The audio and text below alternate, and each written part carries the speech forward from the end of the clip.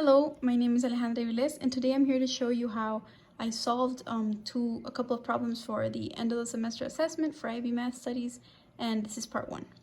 So the first problem asks us to find the cube root of P over Q, and the problem already gives us the values of P and Q in scientific notation, as we can see here. And so the first thing that I did was actually write out what I was going to input into my calculator in order to avoid being confused. And something important to remember here is that parentheses are key in order to get the right answer, since we can forget them and the values can be altered. So the first thing that I did was I went into, the first step is to go into math. So I press math and then I go to number 4, which is, as we can see here, the cube root. So I press enter and I write down exactly what I see here. So parentheses 2.78 times 10 to the 11th power, close parentheses, divided by, open parentheses once again, 3.12 times 10 to the negative 3, and then I close parentheses, and I press enter. And so, as we can see, this is the value that I got, and the same one that I got a few minutes ago. And so, yeah. So this is our value that we got for number 1A. So B asks us to write down our answer to part A only in 2 decimal places. So the reason why we have to have only a 60 is because we cannot have these 5 digits we had before. We have to now round them to only 2. So what we do here is that we notice that the 5 is of course greater than 5, so we have to increase the number before it, and it's almost as if it becomes a 10 because it adds its 1 to the 5, which makes it a 6, and this 9 remains a 0. And we can disregard these other numbers because we have to round them. And so our new answer would be 44,664.60. Then the second part of B asks us to correct to 3 significant figures. And so what we did here is that we can think about significant figures is that we can think that these 5 digits all matter and all are considered significant figures. But the truth is that if we do not put a period here or a decimal here, these zeros are not significant. So once that we do put a period here, they do become significant. So once we have it, everything before the decimal becomes significant. But in this case, we do not want that. We want the opposite. We want to have these numbers remain only 3 significant figures. So our total answer, our final answer would be 44,600, like this, without any decimal, and this would ensure that there are only 3 significant figures. So this would be our final answer. So then for C, they ask us to write our answer to part B 2 in the form of 8 times 10 to the k power. So this is, as we can see, as we were shown here in the first place. And so what we have to do is I took this number here, and the thing about scientific notation is that we can only have 1 digit before our decimal point. So what I did here is, because our imaginal decimal point is here at the end, and so I moved the decimal point 1, 2, 3, 4 places in order to have only 1 digit before it. And since we moved 4 digits to the left, 4 spaces to the left, we know that our exponent would be a positive 4. So it's almost counterintuitive, but if we were to move the decimal place to the right, we know that this would be a negative. But in this case, all we care about is that this is a positive 4, since we moved it 4 times to the left. And so our total answer, our final answer, would be 4.46 times 10 to the 4th power. And this would be the final answer. So moving on, the second problem tells us that in a school, all math studies students were given a test, and the test contained 4 questions. Each are on a different topic from the syllabus. So these are the 4 topics that they're telling us about. The quality of each response was classified as satisfactory or not satisfactory, as we can see here. And so each student answered only 3 of the 4 questions, each on a separate answer sheet. So the table shows the numbers of satisfactory and non-satisfactory responses for each question. So that is what we have here. And so the first part of the question asks us, if the teacher chooses a response at random, find the probability that, first, it is a response to a calculus question.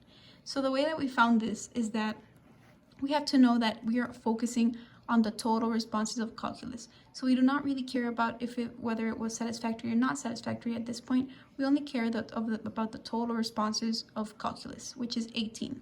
And so what we do is that we get 18 and put it here in the top of this fraction, and our denominator would be the total of all responses, which is 90. So we have our only thing that we care about is the total of calculus over 90, which is everything. And so 18 over 90 simplified gives us 1 over 5. Then the second part tells us to find the probability that it is a satisfactory response to the calculus question. So now we are not only focusing on the 18 out of 90, but we are focusing on almost two obstacles. Not only that it is calculus, but also it is satisfactory. So this would leave us with this 10. And so our new numerator would be 10, and then we would have this over our total of 90, which is 10 over 90 simplified 1 over 9.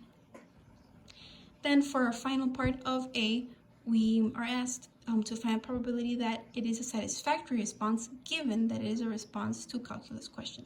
So what I do here is, the reason why I circled given is because it is very important, since now this will tell us what our new denominator would be. So what I do here is that I usually start at the end of this, so I know that it is a response to calculus. So okay, I know that my pool is only calculus, and now that it is a satisfactory response. So okay, out of the total calculus, which is 18, only satisfactory is 10. So our new number would be 10 over 18, which simplified is 5 over 9. Then for B, it tells us that the teacher groups the responses by topic and chooses two responses to the logic question. So it tells us to find the probability that both are not satisfactory. So what I did here was write down the topic for organizational purposes only, and I figured out that there were only two options. So for the first round, it could be satisfactory or not satisfactory. And for the second round, the same thing, but for each one, right? So if you got satisfactory one time, then in the second time it could be satisfactory again or not satisfactory for the first time. So I wrote down the same thing for the one from the bottom. So here, the way that I got these numbers are that I looked at the chart here. So it says that if it would be satisfactory, it probably would be 14 out of 20. And I saw this because in logic, the satisfactory number is 14 out of 20. And then for the not satisfactory, I subtracted 20 minus 14, which is 6 over 20. And we can also check here in the chart, which is the same answer. So right here, for the second round, we see that if we were to get satisfactory one a second time, it would not make sense to have a total of 20 again, since we do not want to repeat responses. We do not want to count responses twice. So once that we took one satisfactory out, our new total would be 19 and 13 of another satisfactory result. So our new total would be 13 over 19. And in order to calculate the not satisfactory, it would be 19 minus 13, which is 6 over 19. And then did the exact same thing with the not satisfactory part. I did here to find the not satisfactory one, I used, instead of 20, 19, and instead of 6, it would be a 5. And then I subtracted 19 minus 5, which gave me 14 over 19 for the satisfactory part of round 2. So now that we have the tree diagram as a visual aid in order to solve our problem, we can actually get to solving. So they're asking us for the probability that both are not satisfactory. So the fact that it would be one non-satisfactory, which is this one, and then another not satisfactory, which is this one, we would have to multiply this to find the probability. So we would get this value and this value here and multiply these two, which is what led me to this. So it would be 6 over 20 times 5 over 19.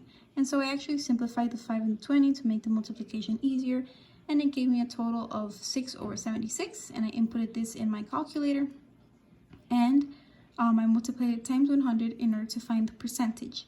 And so here we found the probability in percent form, which is 7.89 out of 100%. So moving on to the last part, we are talking about the chi-square test. And so it tells us that a chi-square test is carried out at the 5% significance level for the data in the table. So this is useful for the p-value when we are getting to the conclusion, but we'll get to that later.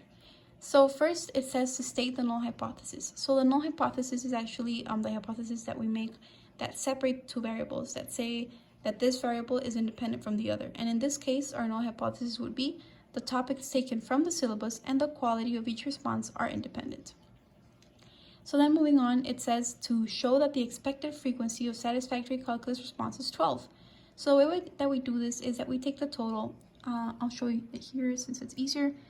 So we want to do this is, in order to find the expected values for a table, we usually get the total number of one side and the total number of another, and then multiply these and divide it by the big total number of everything. And so since we want to find the expected value of satisfactory calculus, we want to focus on this number 10. So we get one total, which is 60, and multiply it times the other total, which is 18, and then divide it by 90, which will give us our expected value for this.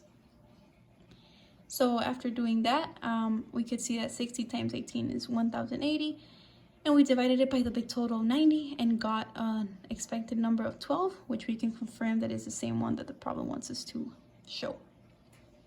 So then for the E, we are asked to write down the number of degrees of freedom for this test. And the degrees of freedom are calculated by this formula, r minus 1 times c minus 1, and this stands for rows and this for columns. So what I did here is I counted how many rows there were and how many columns. So the rows are the horizontal ones, so there are 2, and the columns are vertical, which are 4. And so we see that 2 minus 1 is 1, and then times 4 minus 1 is 3, so I multiply the 1 times 3, and the degrees of freedom is 3.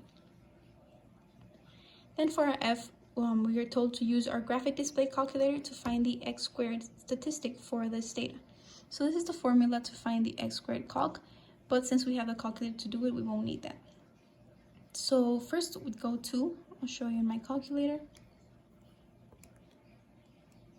We go to second matrix here, and we choose edit. So we go to number 1 to edit, and I actually already inputted the values since I already did the problem. But you can see, you can compare how I only place the values of the contingency table, which excludes the totals. So the contingency table, as you can see, is, I'll try to highlight this, it goes from here to here, and it only focuses on these numbers, these original values that we get from the problem. So these are our values that we focus for the contingency table. And so as you can see, those are the ones that I inputted, and so we have it all complete. As you can see, here we have it complete. I made sure that it's 2 by 4. And then once we have these filled out, we go to statistics, and then we go to tests, and we go down, and we look for the chi-squared test, which is right here, and we place enter, and we go down until we get calculate, and we calculate. And so this is what we get for the chi-squared value. This is the p-value that I was telling you about, and this is the degrees of freedom, which we can confirm that we got right, 3 and 3. And so, as I had written down here, this is our x squared calc value. And so the final question asks us to state the conclusion for this x squared test. And so we accept the null hypothesis because the critical value for this test, which is this that they give us, is greater than our x squared value, which is this one. So the way that I know this is because I wrote down these 2 rules. So we know that if the x squared calc, which is this value, is greater than our x squared table, which is this value, then we reject the hypothesis. But since it was the other way around, we accept it. And the way that I could check this was also with the p-value.